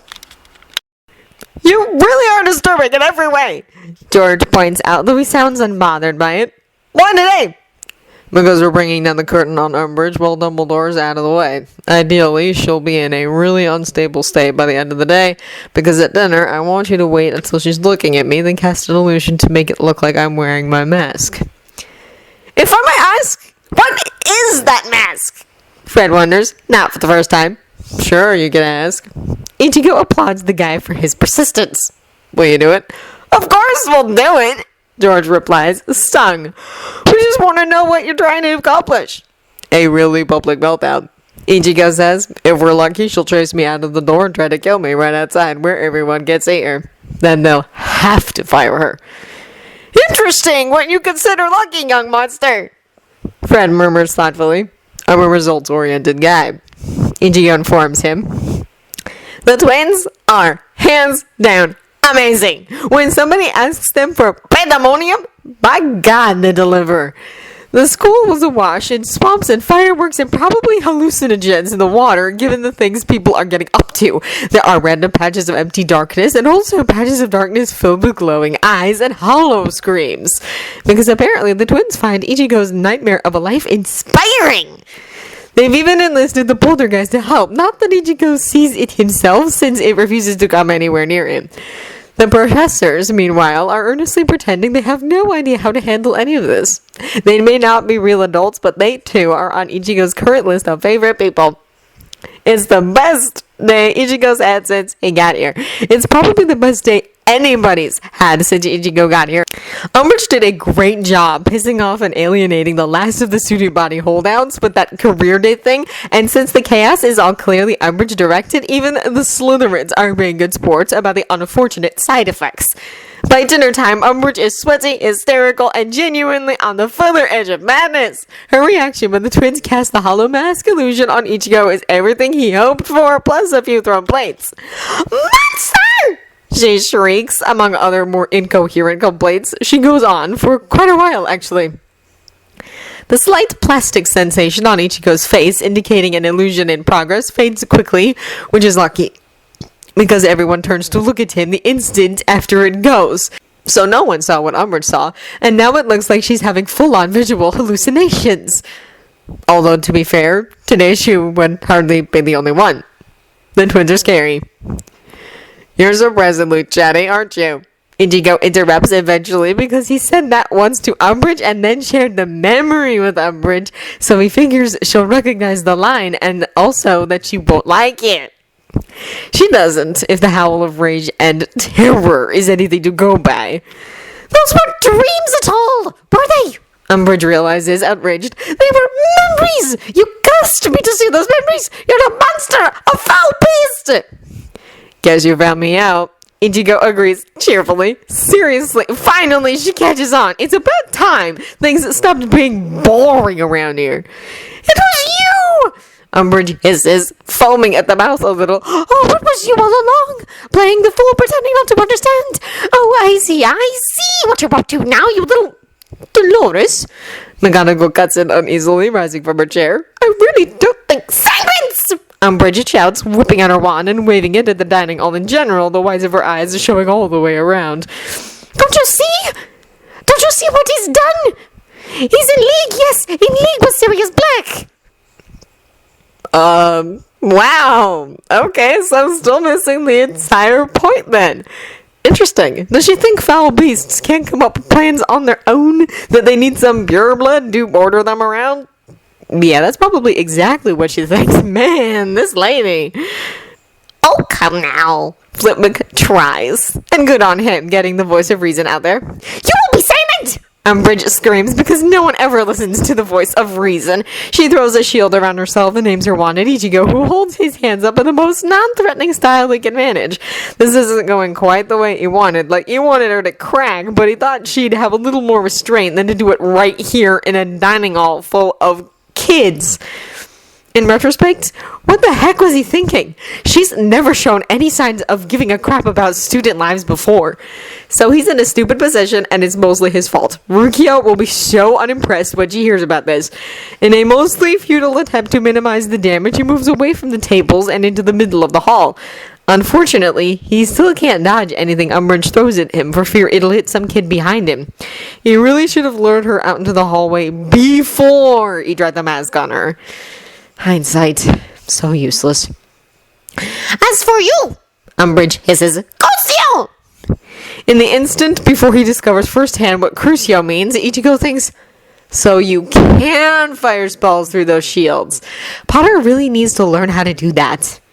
And then the spell hits him, and there's nothing but pain. It feels like worms are eating his soul chain. It feels like fighting Gepache. It feels like old Giora sticking a hand in his chest. Ah, he thinks with a tiny part of his mind that isn't howling in agony. This again. Minerva wishes with all her heart that Dolores hadn't had the presence of mind to put up a shield before she started torturing Kurosaki in front of the entire school. It will take time to get it down, and by then, Kurosaki will be... Well, she has no idea what state Kurosaki will be in. She has no idea what the Cruciatus curse does to Soul Reapers, but whatever it is, it can't be good to judge from all this screaming. How long? She asks Severus, who grimaces, which is encouraging. 5 minutes at best. He tells her, 5 minutes to the Cruciatus. She wonders what effect that has on a mind. But I'll have to do better than that, she decides. I'm open to suggestion. Severus snaps. At this point, Dolores pauses momentarily, presumably to check on how her torture is progressing. Ichigo remains on the ground where he's collapsed, which is the first sensible thing he's done all evening. Longbottom is screaming. Minerva registers distantly. But of course he would be. Well, treat him! Dolores cries, obviously unhinged. Not that this is a new development, but it's never taken the form of flagrant use of unforgivables before. What do you have to say for yourself now? Incredibly! Kurosaki laughs. A very unsettling laugh, too. It's a bit maniacal and has a strange cold echo behind it. Not like his usual laugh at all. Nearly everyone takes a nervous step back. Eventually, he stops laughing, props himself up on his elbows, and meets Dolores' eyes, utterly unafraid. Ow, he offers. The boy has no sense of self-preservation whatsoever. Dolores turns positively purple with rage. Ow! She hisses, ow! What did you want me to say? Kurosaki asks, struggling to stand. It's not like I'm sorry for anything. Oh, and it wasn't Black messing with your stuff. Just so you know. It was me. Minerva hopes Kurosaki knows what he's doing, but she doubts it very much. 3 minutes and I'm through. Severus murmurs quietly. No! Dolores insists. Impossible! No child could have done that, not even a monster child. No, it's lies. You're protecting that blood traitor. Sticking together, aren't you? All of the same blood. Whatever, lady. Kurosaki mutters, now on his feet, but wobbling slightly. Potter, toss me a stick. But she's got a shield up, Ichigo. Granger argues, frantic. You can't just go charging through a shield, especially not when you're recovering from the Cruciatus curse. I can't? Kurosaki asks idly, catching the stick that Potter, bless him, tossed over with no questions asked. Actually, it's a mop, but Kurosaki seems pleased with it, whatever he's planning to do with it. Funny. I thought I could.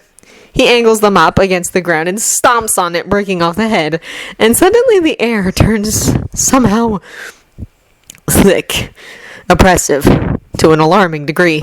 Minerva sees that most of the younger students have fallen to the floor, and she's not sure how much longer she can remain upright herself. I thought Soul Reapers were supposed to interfere with the living.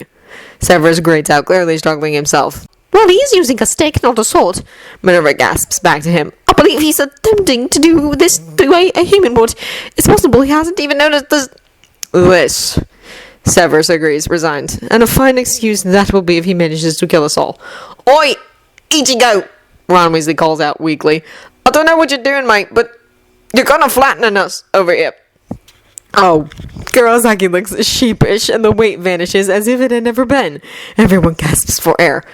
Sorry about that. Monster! Umbridge growls, wand at the ready. Half-breed freak! Crucio! Ichigo moves just enough that the spell misses him and hits the map handle, scorching it slightly, and then he seems almost to blur out of existence. He moves so quickly. He slams into Dolores' shield at a run, and it crumbles around him like tissue paper. It is utterly unbelievable. Incarcerous! Minerva, Severus, and Phileas all cry in unison, and Dolores drops to the floor, bound beyond the ability to move more than her eyelids. And her mouth, unfortunately, but Severus puts a stop to that with a quick stupefy, cast in a tone of such malicious satisfaction that Minerva knows he must have been daydreaming about this moment for months. Good to find she wasn't the only one. Kurosaki turns to face the teachers with a downright disappointed expression. I had her, he complains. Minerva grabs Severus's one hand before he can round out the evening by hexing Kurosaki. Cornelius Fudge had not been having a good day even before he was strong-armed into making a humiliating apology trip to Hogwarts with Dumbledore. In fact, the past several months of his life have left a great deal to be desired.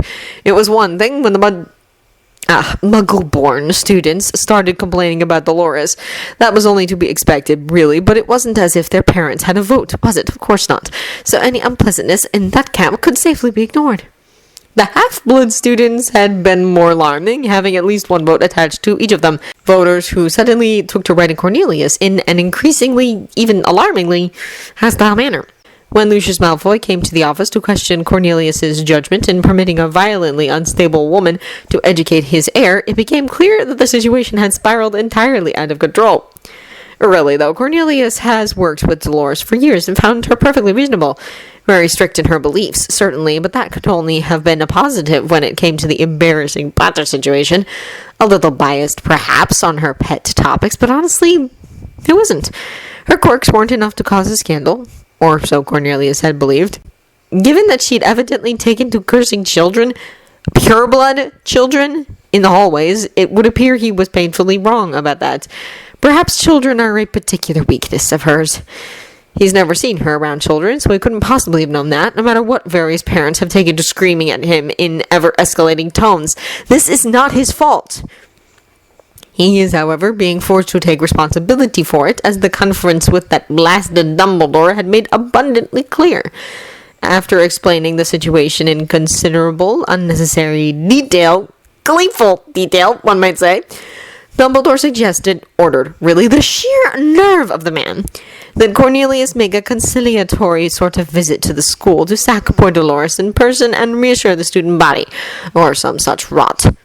He really would have thought that students who could withstand Argus Filch for years would be strong enough to handle a couple of terms with a reputable ministry employee. But no, evidently not. Instead, they've all run crying to their parents, thereby engendering a political disaster. Cornelius is convinced Dumbledore is silently gloating at him the entire trip to the school, and why shouldn't he be? 1 year of bad press is hardly enough to make a dent in the reputation of the great Albus Dumbledore. It certainly won't be enough to save Cornelius from this mess. Dumbledore has every right to gloat. By the time they make it to the Great Hall, Cornelius's only remaining hope for the evening is that he'll get a decent meal once he's dismissed Dolores and given his miserable apology speech. It quickly becomes clear, however, that even that hope is too ambitious. He doubts he'll be allowed any sort of dinner at all. Not when they step through the doors to find the students on their feet and shouting, the professors on their feet and on guard, and Dolores bound and unconscious on the floor. He is seriously considering not running for another term. Dumbledore, predictably, rolls in after the action's over and takes charge like he has a right. He magically seals the doors to the Great Hall, thereby trapping all the witnesses, and starts making the rounds and interrogating everybody. And all the kids, and even the professors, go back to their tables and obediently sit and wait like everything must be fine now that Dumbledore's back. It's annoying. On the upside, Dumbledore brought around some little round guy who's loudly panicking and careening from person to person like a malfunctioning Roomba, waving his hands in the air and babbling incoherently. Dumbledore should get some credit, Ichigo guesses, for providing the after-party entertainment.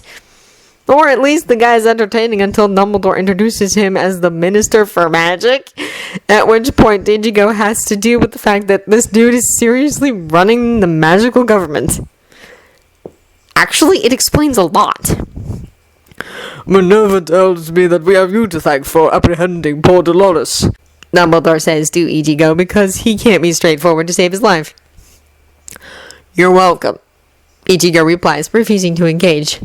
Assault on a ministry official! The minister burbles in distress. She assaulted me first. Ichigo points out blandly, declining to admit that he'd spent months goading her into it. And there are a ton of witnesses who'll back me up on that. Some of them even have noble and ancient tacked on the front of their family names. Ichigo's wise to the ways of politicians. The minister makes a gratifying wheezing noise and shuts up. It does seem a bit outside your job description, Dumbledore points out. What, self-defense? Dumbledore gives Ichigo a severe look that suggests he's a lot less stupid than the minister, and Ichigo should not even try that on him. Ichigo sighs. Nobody gave me orders on exactly how to go about bodyguarding, sir. Not that he would have listened if they had. She was a threat, and this was the best I could do from inside the castle. What? Asks the minister, wide eyes darting from Ichigo to Dumbledore and back. What is he saying, Dumbledore? Bodyguarding? Whose bodyguard is he meant to be? Oh, whose do you think, you silly man? McGonagall snaps impatiently because she is the greatest. If you were only working inside the castle, Dumbledore says, slowly, blatantly ignoring the minister's increasing hysteria. then were your teachers working outside the castle? With suspiciously perfect timing, Yoruichi and Urahara take this moment to burst through the doors of the Great Hall, presumably shredding 15 magical words in the process. Yoruichi's dragging something behind her, Ichigo sees. A body, in fact. The body of a guy with no nose and kind of snake-like features. Potter gasps in shock and jumps to his feet. Voldemort! There are sympathetic echoing gasps from all around the room. So, that's Tom Riddle. He looks very, very dead. Also bloody, and not the kind of thing you want to see in a room where you habitually eat food. His body's leaving a shiny blood trail across the dining hall floor. No one will ever feel hungry here again. Yoruichi drags the corpse right up to the Gryffindor table and drops it at Potter's feet, enormously pleased with herself. Ichigo sometimes wonders if she's actually a cat who can turn into a human, rather than the other way around. Yoruichi-san, Ichigo says into the awful silence. I'm sure there were better, less traumatizing ways to handle this. What? She demands, folding her arms and looking annoyed. Voldemort is dead, Potter's safe, and everybody knows Potter was right all along. I call this mission a complete success. That's the moment the silence tips over the edge and the entire hall explodes into chaos. There's screaming, there's babbling, there's crying, there's bellowing for order. It is not a smooth finale to a mission. Ichigo doesn't care how Yoruichi wants to spin it. Urahara is just laughing like this is the most fun he's had in years. It probably is the sick twist.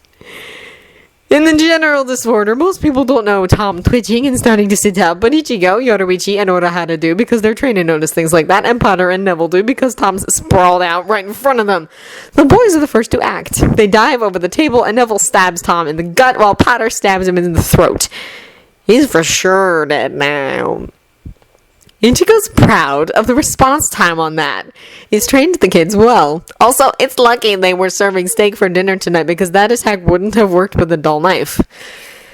Or a fork. The halls fall in silent again, and everyone's staring at Potter and Neville, who look pretty freaked out themselves. This is why everyone tells you to not play with your food. Ichigo informs Yoruichi, who shrugs unrepentantly. The thing with her is, when she's on a job, she's utterly professional, and swift and decisive kills are part of that. But when she's decided it's all fun and games, she definitely plays with her food. He was mostly dead, she drawls like Ichigo's being unreasonable. So Tom was mostly dead, and then Potter helped kill him. Seems like too much of a coincidence, really. Hey, Dumbledore. Ichigo calls, turning back to the high table.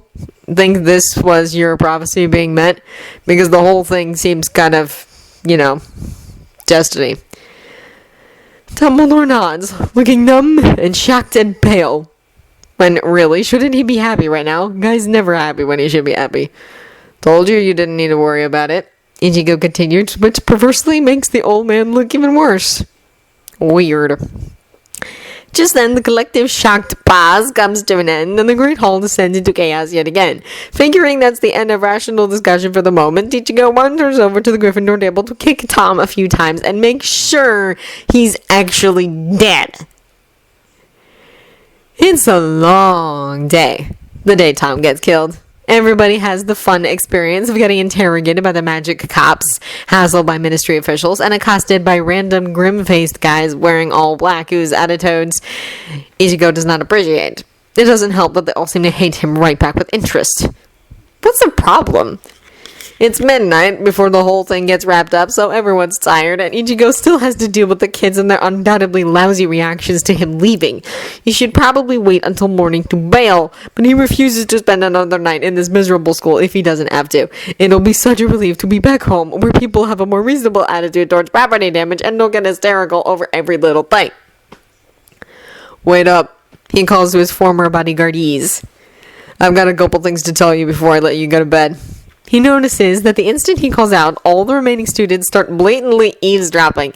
He expects this sort of thing from the Slytherins and Ravenclaws, but the Hufflepuffs? For shame. Things to tell us, Granger repeats dazedly. It's nice when she's confused. Makes her almost not terrifying to be around.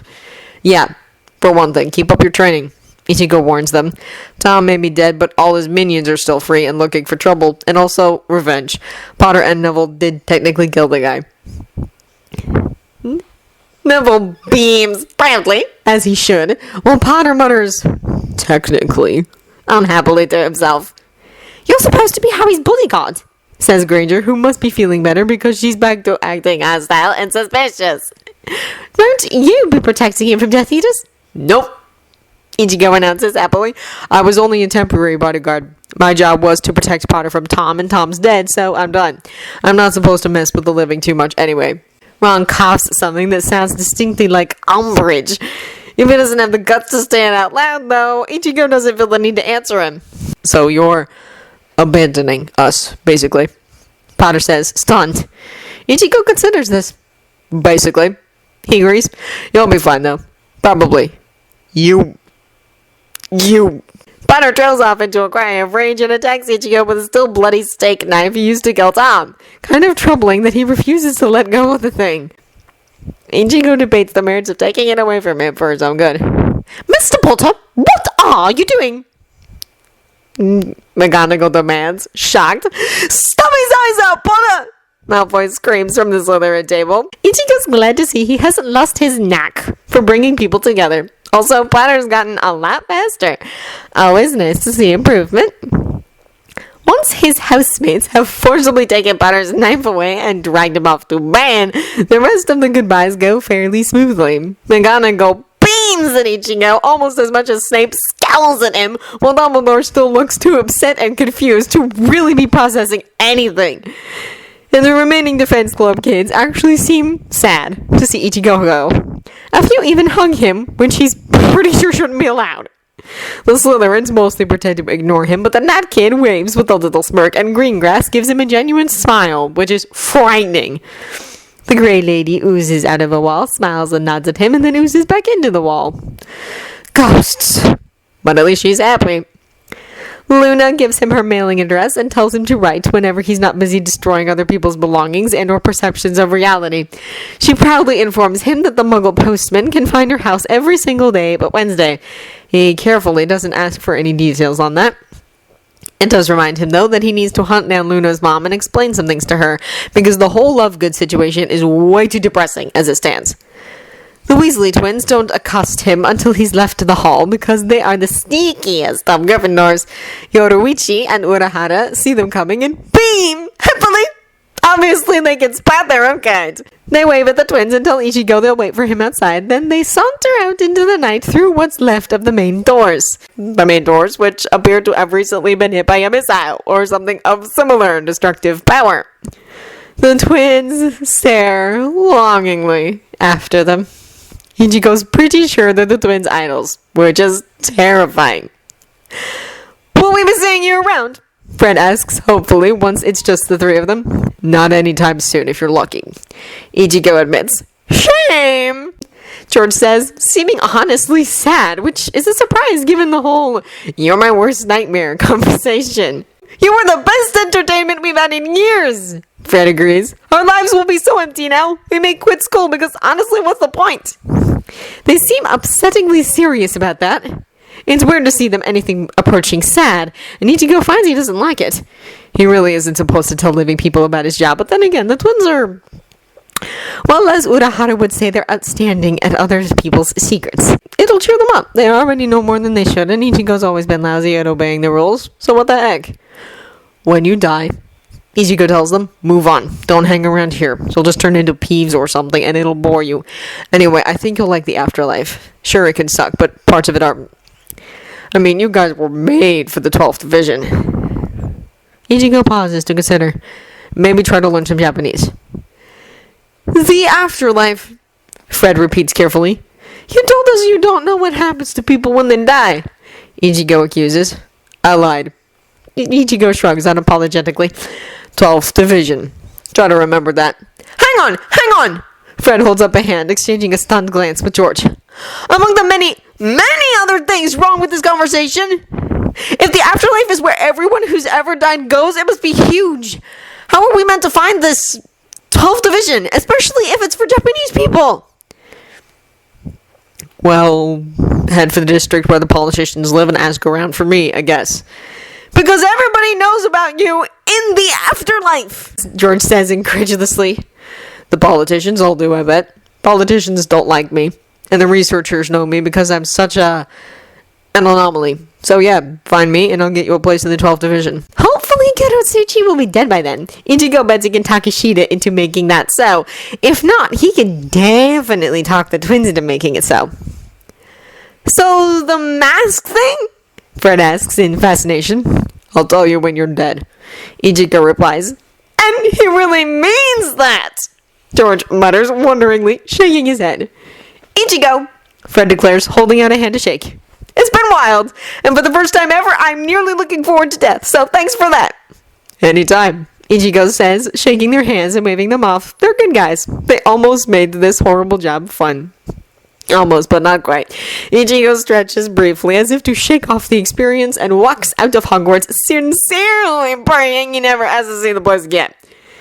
Well, maybe he'll visit the room of requirement sometimes. Your Kurosaki ruined everything, complains a disgruntled Soul Reaper slumped sullenly in a chair by the fire of his office. He's the Merlin. Merlin by title rather than by name or magical inheritance, the head of the British Isle Soul Reapers. Amusingly, the historical Merlin refused to have anything to do with him. Goes so far, in fact, as to refuse to die at all, just to avoid him. Kyoraku Shunsui, captain commander of the Japanese Soul Reapers, sits opposite the Merlin, hands folded over his stomach, smiling benignly. Did he? Because as far as I could see, he did everything you asked him to. You knew this would happen, the Merlin accuses bitterly. You knew. Now, I assigned some of my best people to the job. Shunsui responds, mildly affronted. Which means we're even now, doesn't it? Honestly, a man helps you kill one giant sea monster type hollow and does a few thousand memory wipes for you afterwards, and he thinks he owns you forever. They destroyed the resurrection stone. You know how I feel about those experiments of yours, and you know how the former Captain Commander felt.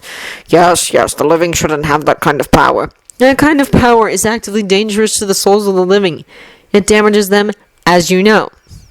Most souls, the Merlin reluctantly agrees, but a precious few souls it elevates. It would have elevated Harry Potter's. And to enlighten one soul, you corrupt 1,000, Shunsui says, his voice dry as sand. Interesting choice. You ordered them to do this, the Merlin decides. Shunsui laughs. Them! Oh no, ordering those three to do anything specific is a waste of breath and a quick way to undermine your own authority. No, they did what they thought was right, which is just what they always do, regardless of orders, pleas, logical arguments. He trails off, smiling fondly. Weren't you originally going to choose one of your captains for this job? The Merlin demands. He couldn't be spared from his duties, Shunsui says, approximately honestly. Not that it would have made much difference either way. If the Merlin thinks he would have been happier with the outcome if Toshiro had been the one to go to magic school, he's tragically mistaken. Toshiro would have done nearly the same thing as Ichigo, just with more vicious political maneuvering and fewer outright fights. Shunsui can't decide whether that would have been more fun to watch or not. Each method has its charms. But Toshiro turned the assignment down point blank with extreme prejudice, so Ichigo it had to be. It's so nice when they're still young and naive and don't realize they have the right to refuse. It was such a sad day when Toshiro outgrew that stage. I could recreate the resurrection stone, you know. The Merlin mutters sulkily. More childish than Ichigo has ever been. Of course you can. Shinsui agrees. But do you really have the time for that? After all, you let this Voldemort situation blow up in your face. You had to call in outside help to deal with it. After a performance like that, people might start to wonder what it is you're doing that's so important. It's keeping you from your duties. And if you begin yet another project, well, Shinsui beams at the Merlin's abruptly pale face. Some parties might suspect that a complete review of all your extracurricular activities is in order. What do you think? Apparently, the Merlin thinks he should thank Shinsui for all his help, declare their debts cancelled, and hastily show him out. There, Shinsui thinks with satisfaction as the Merlin's office door slams shut behind him. That'll teach the bushy brat to be more careful about calling in favors. End of There May Be Some Collateral Damage. If you enjoyed this recording or the content, feel free to leave a comment below or a review of the original story from the link in the descriptions. Thank you for listening.